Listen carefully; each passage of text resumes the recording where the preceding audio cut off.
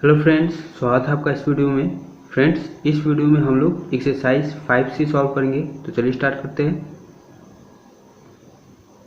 पहला देखिए, write 5 fractions equivalent to each of the following. इसमें आपको जितना भी फ्रैक्शन दिया हुआ है इन सभी फ्रैक्शन का 5 इक्विवेलेंट फ्रैक्शन लिखना है। अब देखिए, इक्विवेलेंट फ्रैक्शन किसको बोलेंगे? तो देखिए, इक्विवेलेंट फ्रैक्शन उसी को बोलेंगे जिसको काटने पर या फिर दूसरे शब्द में बोले तो लोएस्ट टर्म में लाने पर वापस से 2/3 आ जाए। ऐसे देखने में तो वो बिल्कुल अलग फ्रैक्शन दिखेगा, लेकिन अगर उसको लोएस्ट टर्म में तोड़ेंगे तो वापस से 2/3 आ जाएगा। तो वही सब 2/3 का इक्विवेलेंट फ्रैक्शन कहलाएगा। तो चलिए इसको सॉल्व करते हैं। तो पहला है 2/3, इसका 5 इक्विवेलेंट फ्रैक्शन लिखना है। तो देखिए, इक्विवेलेंट फ्रैक्शन लिखने के लिए क्या करेंगे, ऊपर नीचे सेम नंबर से मल्टीप्लाई कर देंगे। तो 2/3 है तो ऊपर में 2 से किए और नीचे में 2 से किए। ऊपर नीचे सेम नंबर से ही मल्टीप्लाई करना है, इस बात का ध्यान रखिएगा। सेम नंबर से करने पर फ्रैक्शन में कोई भी फर्क नहीं पड़ेगा, दिखने में अलग फ्रैक्शन लगेगा लेकिन वो उस फ्रैक्शन का इक्विवेलेंट फ्रैक्शन होगा, क्योंकि उसको रिड्यूस टर्म में चेंज करेंगे तो वापस से 2/3 ही आ जाएगा। ठीक है, तो 2/3 में ऊपर नीचे 2 से मल्टीप्लाई कर दिए, फिर उसके बाद 2/3 में 3 से मल्टीप्लाई कर दिए ऊपर नीचे, फिर 4 से किए, फिर 5 से किए, फिर 6 से किए। तो 2 से मल्टीप्लाई करने पर देखिए 4/6 आ गया, 2 2 जा 4 और 3 2 जा 6। फिर इसमें 6/9 आ गया, इसमें 8/12 आ गया, इसमें 10/15 आ गया और इसमें 12/18 आ गया। तो देखिए, इन सबको अगर रिड्यूस टर्म में चेंज करेंगे, लोएस्ट टर्म में चेंज करेंगे तो वापस से 2/3 आ जाएगा। एक काट के देख सकते हैं। देखिए, 2 से 4 कट जाएगा 2 बार में और 6 कट जाएगा 3 बार में, तो 2/3 वापस से आ गया। इसको भी देखिए काट के देखते हैं। तो 3 से 6 कट जाएगा 2 बार में, तो ऊपर 2 आ गया और 3 से 9 कट जाएगा 3 बार में। ऊपर नीचे सेम नंबर से ही काटना है, इस बात का ध्यान रखिएगा। तो इसमें भी 2/3 आ रहा है, सब में 2/3 आ जाएगा। तो ये सभी जो है वो 2/3 का इक्विवेलेंट फ्रैक्शन कहलाएगा। अगर काटने पर 2/3 वापस से नहीं आता तो वो 2/3 का इक्विवेलेंट फ्रैक्शन नहीं कहलाएगा। ठीक है, तो लिख दिए hence the 5 fractions equivalent to 2/3। 5 fraction जो कि 2/3 के इक्विवेलेंट है वो कौन कौन सा है? 4/6, 6/9, 8/12, 10/15, 12/18 है। ठीक है, तो इस तरह से आपको बनाना है। फिर दूसरा है 4/5। तो उसी तरह पहले 2 से मल्टीप्लाई किए, फिर 3 से, फिर 4 से, फिर 5 से, फिर 6 से। अगर आपका मर्जी हो तो आप किसी दूसरे नंबर से भी मल्टीप्लाई कर सकते हैं। ठीक है, यहाँ कोई फिक्स नहीं है कि इन सभी से ही करना है जिससे हम किए हैं। आप किसी दूसरे नंबर से भी 9 से, 10 से, 11 से, किसी भी नंबर से मल्टीप्लाई कर सकते हैं। ठीक है, तो मल्टीप्लाई करने पर 8/10 आया, फिर यहाँ 12/15, 16/20, 20/25 इससे मल्टीप्लाई करने पर, और इसमें 24/30 आ गया। तो ये सभी जो है वो 4/5 का इक्विवेलेंट फ्रैक्शन कहलाएगा। तो लिख दिए hence the 5 fractions equivalent to 4/5 are. इन सबको लिख दिए। ठीक है, तो ये सभी 4/5 का इक्विवेलेंट फ्रैक्शन हो गया।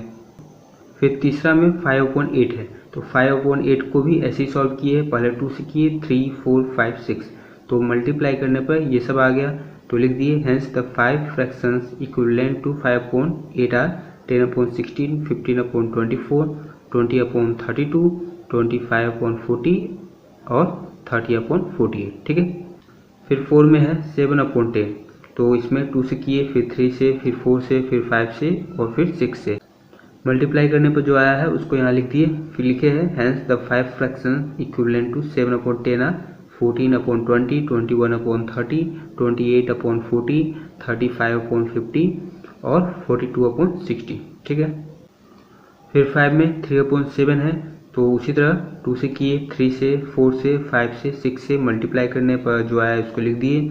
फिर hence the 5 fraction equivalent to 3/7 are 6/14, 9/21, 12/28, 15/35 और 18/42 आ गया। फिर 6 में 6/11 का इक्विवेलेंट फ्रैक्शन निकाले हैं। तो 2 से किए, फिर 3 से, 4 से, 5 से, 6 से मल्टीप्लाई करने पर जो आया है उसको लिख दिए।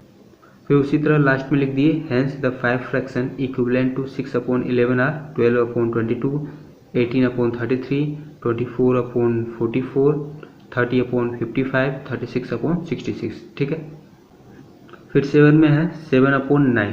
तो इसको भी 2 से किए, फिर 3 से, फिर 4, 5, 6 मल्टीप्लाई करने पर आया है 14/18, 21/27, इसमें किए तो 28/36, इसमें जब 5 से किए तो 35/45, 6 से किए तो 42/52। तो यही सब इक्विवेलेंट फ्रैक्शन हो गया। तो लिखे है the hence 5 fraction equivalent to 7/9 are, वही सब 14/18, 21/27, इसी सबको लिख दिए। ठीक है। फिर 8 में 5/12 है, तो पहले 2 से किए, फिर 3 से, फिर 4, फिर 5, फिर 6, मल्टीप्लाई करने पर जो आया लिख दिए। Hence the 5 fraction equivalent to 5/12 are 10/24, 15/36, 20/48, 25/60 और 30/72 आ गया। फिर दूसरा है which of the following are the pairs of equivalent fraction. इन सभी में से इक्विवेलेंट फ्रैक्शन का पेयर आपको खोजना है। तो इक्विवेलेंट फ्रैक्शन कैसे खोजेंगे? देखिए, दो अलग अलग फ्रैक्शन दिखने में लग रहा है, लेकिन लोएस्ट टर्म में चेंज करने पर दोनों फ्रैक्शन सेम आ गया, मतलब कि वो दोनों इक्विवेलेंट फ्रैक्शन है। तो पहले में चेक करते हैं।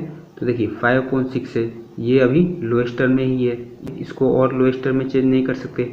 इसमें देखिए 20/24 है, तो इसको चेंज कर सकते हैं। ये किससे कट जाएगा? 4 से कट जाएगा, 4 से 20 कट जाएगा 5 बार में, और 24 कट जाएगा 6 बार में। तो 5/6 आ गया, और इधर भी 5/6 है, तो ये इक्विवेलेंट फ्रैक्शन कहलाएगा। ठीक है। फिर 2 में देखिए 3/8 है, तो ये ऑलरेडी लोएस्ट टर्म में ही है। इसमें देखते हैं तो ये नहीं है लोएस्ट टर्म में, तो इसको काट के देखते हैं किससे कट जाएगा? 5 से कट जाएगा, 5 से 15 कट जाएगा 3 बार में, और 40 कट जाएगा 8 बार में। तो 3/8 आ गया, और इधर भी 3/8 है, तो ये भी इक्विवेलेंट फ्रैक्शन हो जाएगा। इसमें देखिए 4/7 है, तो ये पहले से ही लोएस्ट टर्म में है, इसको काट के देखते हैं। तो 16/21 ये किसी से नहीं कटने वाला। ठीक है। तो ये आपका इक्विवेलेंट फ्रैक्शन नहीं होगा। फिर इसमें 2/9 ये ऑलरेडी लोएस्ट टर्म में है। अब इसको चेक करते हैं। तो 14/63 है, किससे कट जाने वाला है? 7 से कट जाएगा, 7 से 14 कट जाएगा 2 बार में, और 63 कट जाएगा 9 बार में। तो 2/9 आ गया, और इधर भी 2/9 है, तो ये भी इक्विवेलेंट फ्रैक्शन हो गया। फिर इसमें देखिए 1/3 है, तो ये पहले से ही लोएस्ट टर्म में है, और यहाँ पर 9/24 है, तो ये किसी से कट सकता है क्या? 3 से कट जाएगा, 3 3 जा 9, और 3 8 जा 24, तो 3/8 आ गया। अब इसके आगे नहीं कट सकता, तो इधर 1/3 है और इधर 3/8 है, तो ये आपका इक्विवेलेंट फ्रैक्शन नहीं होगा। फिर इसमें 2/3 है, तो ये पहले से ही लोएस्ट टर्म में है, इसको चेक करते हैं। तो ये 11 से कट जाएगा 3 बार में, और ये कट जाएगा 2 बार में, तो 3/2 आ गया। इसके आगे लोएस्ट टर्म में और चेंज नहीं हो सकता, यही हो गया इसका लोएस्ट टर्म। तो इधर 2/3 है और इधर 3/2 है, इक्वल नहीं है, तो ये इक्विवेलेंट फ्रैक्शन नहीं होगा। फिर 3 में देखिए find the equivalent fraction of 3/5 having denominator 30 और दूसरे में है न्यूमरेटर 24। इसमें आपको 3/5 का ऐसा इक्विवेलेंट फ्रैक्शन लिखना है जिसके डिनोमिनेटर में 30 होना चाहिए और न्यूमरेटर में कुछ भी हो सकता है। फिर दूसरा ऐसा लिखना है जिसके न्यूमरेटर में 24 होना चाहिए और डिनोमिनेटर में कुछ भी हो सकता है। तो चलिए इसको सॉल्व करते हैं। तो देखिए लिखे है the equivalent fraction of 3/5 having denominator 30, मतलब कि 3/5 का ऐसा इक्विवेलेंट फ्रैक्शन जिसके डिनोमिनेटर में 30 होगा। तो देखिए 3/5 है और डिनोमिनेटर में हमको चाहिए 30। डिनोमिनेटर किसको बोलते हैं? नीचे वाले को। तो देखिए अभी 5 है, तो ऐसा कौन सा नंबर है जिससे मल्टीप्लाई करने पर 30 आ जाएगा? तो 5 में अगर 6 से मल्टीप्लाई कर देंगे तो डिनोमिनेटर में 30 आ जाएगा। और ये आपको पता है कि ऊपर नीचे सेम नंबर से ही मल्टीप्लाई करना होता है। तो नीचे जब 6 से मल्टीप्लाई कर रहा है तो ऊपर भी 6 से मल्टीप्लाई करना होगा। तो जब 6 से मल्टीप्लाई किए तो आ गया 18/30। तो 3/5 का इक्विवेलेंट फ्रैक्शन क्या आ गया? 18/30। इसके डिनोमिनेटर में 30 है। ठीक है। फिर दूसरा में देखिए the equivalent fraction of 3/5 having numerator 24। दूसरा क्वेश्चन था कि 3/5 का इक्विवेलेंट फ्रैक्शन लिखिए जिसके न्यूमरेटर में 24 हो। तो वही यहाँ पे लिखे 3/5 है, न्यूमरेटर में 24 चाहिए। तो 3 में किससे मल्टीप्लाई करेंगे तो 24 आएगा, 8 से मल्टीप्लाई करेंगे। और ऊपर नीचे सेम नंबर से मल्टीप्लाई करते हैं, तो ऊपर 8 से किए तो नीचे भी 8 से करना होगा। तो मल्टीप्लाई करने पर आ गया 24/40। तो 3/5 का इक्विवेलेंट फ्रैक्शन क्या आ गया? 24/40, और इसके न्यूमरेटर में 24 भी है। तो ये आपका सॉल्व हो गया। फिर 4 में है find the equivalent fraction of 5/9 having denominator 54 और न्यूमरेटर 35। इसमें 5/9 का इक्विवेलेंट फ्रैक्शन लिखना है जिसके डिनोमिनेटर में 54 हो और दूसरा क्वेश्चन है जिसके न्यूमरेटर में 35 हो। ठीक है, तो देखिए the equivalent fraction of 5/9 having denominator 54, नीचे 54 होना चाहिए। तो 5/9 है तो किससे मल्टीप्लाई करेंगे तो 54 आएगा, 6 से करेंगे तो ऊपर भी 6 से करना पड़ेगा, तो आ गया 30/54। तो ये आपका इक्विवेलेंट फ्रैक्शन हो गया। फिर दूसरे में था न्यूमरेटर 35 होना चाहिए, ऊपर में 35 होना चाहिए। तो 5/9 है तो 7 से मल्टीप्लाई करेंगे तब जाके ऊपर में 35 आएगा, तो नीचे भी 7 से कर दिए तो 35/63 आ गया। तो 5/9 का इक्विवेलेंट फ्रैक्शन क्या हो गया 35/63, और इसके न्यूमरेटर में भी 35 है। फिर 5 में देखिए find the equivalent fraction of 6/11 having denominator 77 और दूसरा में है न्यूमरेटर 60। 6/11 का इक्विवेलेंट फ्रैक्शन लिखना है जिसका डिनोमिनेटर 77 होना चाहिए और न्यूमरेटर 60 होना चाहिए। तो चलिए इसको सॉल्व करते हैं। तो देखिए the equivalent fraction of 6/11 having denominator 77, denominator में 77 चाहिए। तो अभी 6/11 है तो किससे मल्टीप्लाई करेंगे तो 77 आ जाएगा, 7 से मल्टीप्लाई करेंगे तो ऊपर भी 7 से करना पड़ेगा, तो मल्टीप्लाई करने पर आ गया 42/77। तो डिनोमिनेटर में 77 आ गया और इसका इक्विवेलेंट फ्रैक्शन क्या आ गया 42/77। फिर दूसरा क्वेश्चन था कि न्यूमरेटर में 60 लाना है। तो 6/11 है तो किससे मल्टीप्लाई करेंगे तो न्यूमरेटर में 60 आ जाएगा, 10 से करेंगे तो नीचे भी 10 से करना पड़ेगा, तो मल्टीप्लाई करने पर आ गया 60/110। न्यूमरेटर में 60 आ गया तो 6/11 का इक्विवेलेंट फ्रैक्शन क्या हो गया 60/110। फिर 6 में देखिए find the equivalent fraction of 24/30 having numerator 4। इसमें आपको ये बोला हुआ है कि 24/30 का ऐसा इक्विवेलेंट फ्रैक्शन लिखिए जिसके न्यूमरेटर में 4 आना चाहिए। न्यूमरेटर में 4 तो 4 तो होगा ही होगा। ठीक है, अब नीचे में क्या होगा वो देखना है। तो देखिए 4 कैसे आएगा, 24 से कम है 4, तो क्या बताए थे कि कम के लिए डिवाइड करते हैं और ज़्यादा के लिए मल्टीप्लाई करते हैं। अभी इससे पहले वाले क्वेश्चन में सब में ज़्यादा आ रहा था तो क्या कर रहे थे मल्टीप्लाई कर रहे थे, इसमें अभी कम आ रहा है 24 है और कम करके 4 लाना है तो इसमें डिवाइड करेंगे। तो किससे डिवाइड करेंगे 24 में तो 4 आ जाएगा, 6 से करेंगे।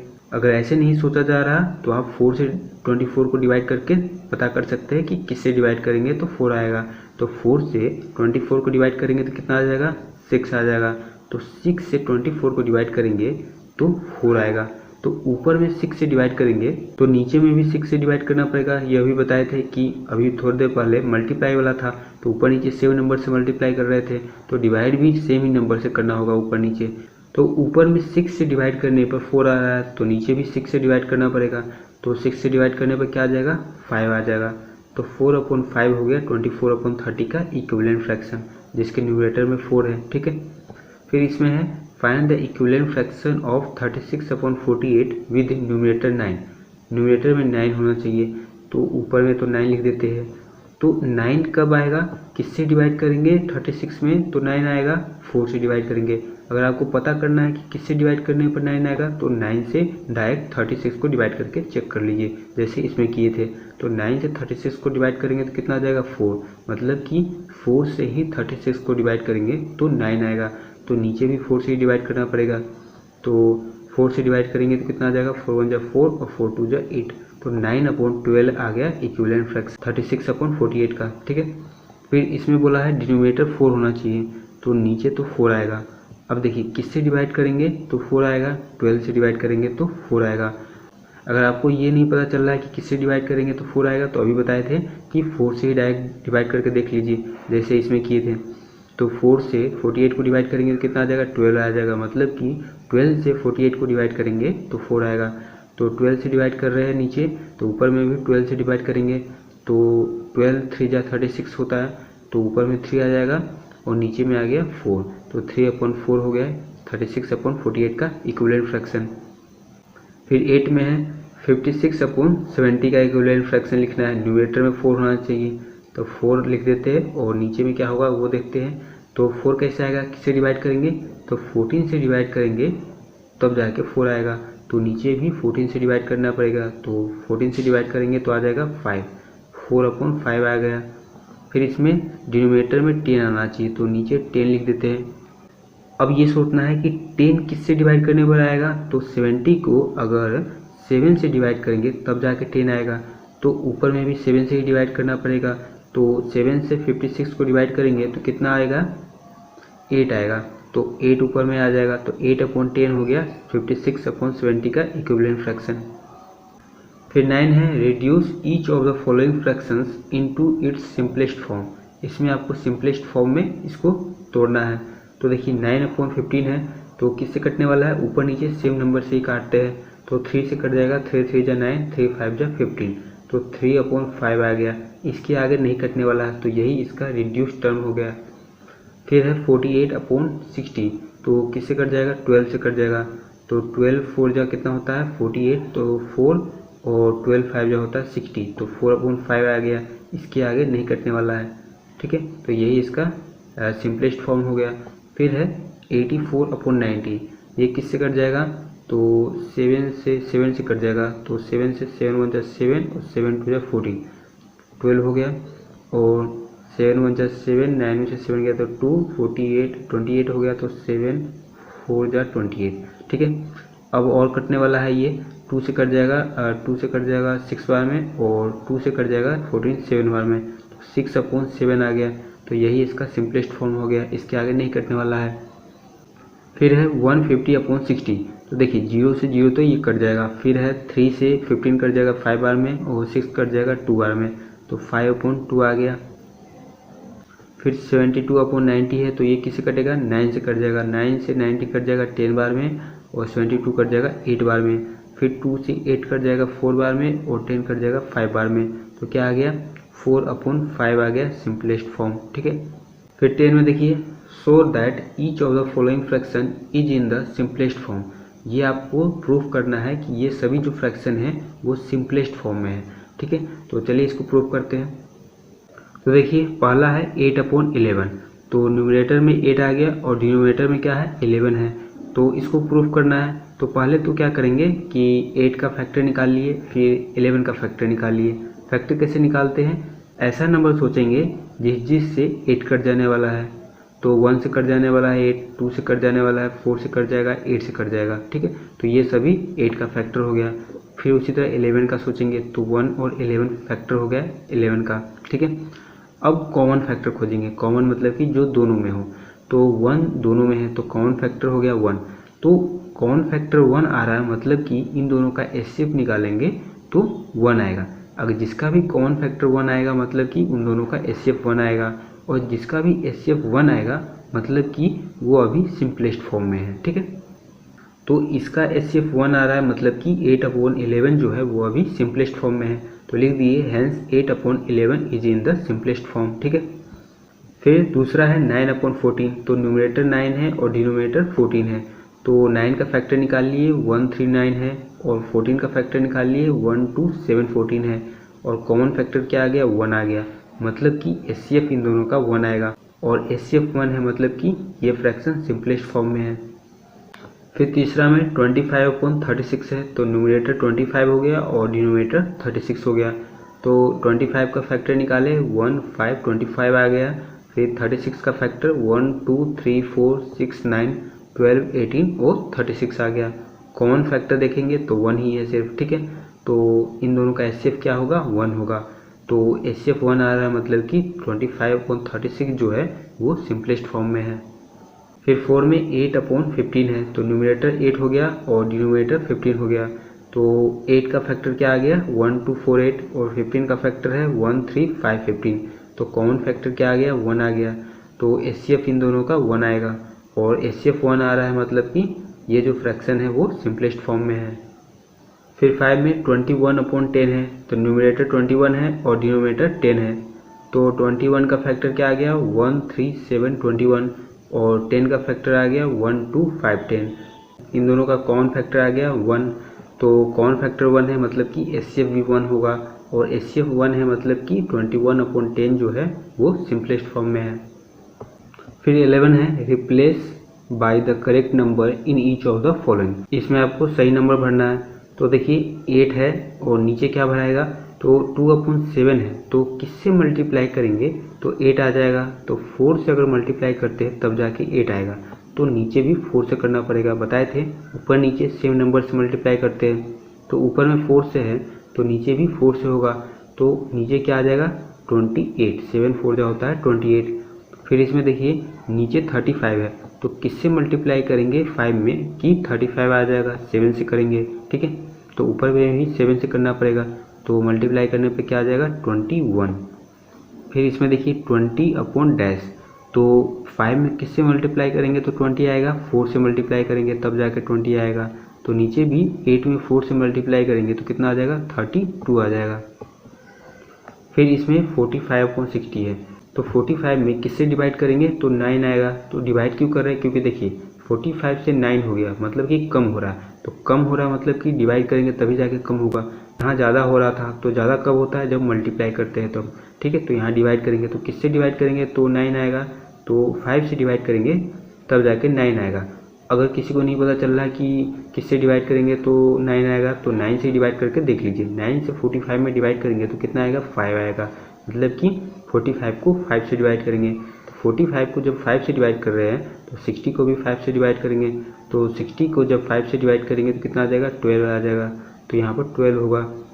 फिर यहाँ पर 40 अपॉन 56 है और इधर 7 है, तो किससे डिवाइड करेंगे 56 को कि 7 आएगा, तो 8 से डिवाइड करेंगे तब जाके 7 आएगा। तो ऊपर में भी 8 से डिवाइड करेंगे, तो 40 को 8 से डिवाइड करेंगे तो कितना आएगा 5 आएगा। फिर इसमें 42 अपॉन 54 है, तो यहाँ 7 आ गया, तो किससे डिवाइड करेंगे 42 को कि 7 आ जाएगा, तो 6 से डिवाइड करेंगे 42 को तब जाके 7 आएगा।